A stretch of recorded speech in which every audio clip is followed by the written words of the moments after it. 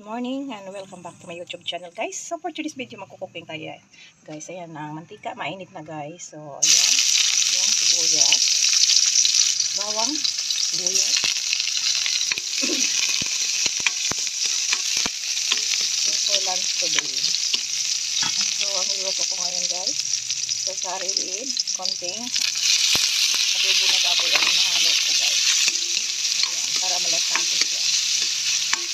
So ayan ang ating cooking for today. So maya lagyan na natin ang ating sari-sari. Lagyan natin ng konti siyang soy sauce, guys. Hindi lang kami natin, ang kain lang natin. Mix.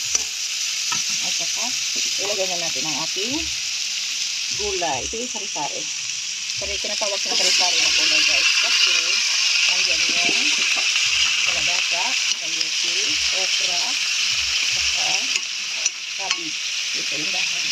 So ayan, so may talong pa siya, guys. So waiting tayo na lutuan na panatin siya, guys. So hapit na siya maluto, guys. So akong gibutangan siya og tubig, mga tungas baso, guys, huwag ang katas niya. So ayan na siya, may sabaw. So nilagyan ko na siya ng toyo. So timplahan na lang siya, guys, sa gusto ninyong timpla. Kung kulang, dagdagan ng seasoning, ang palasa.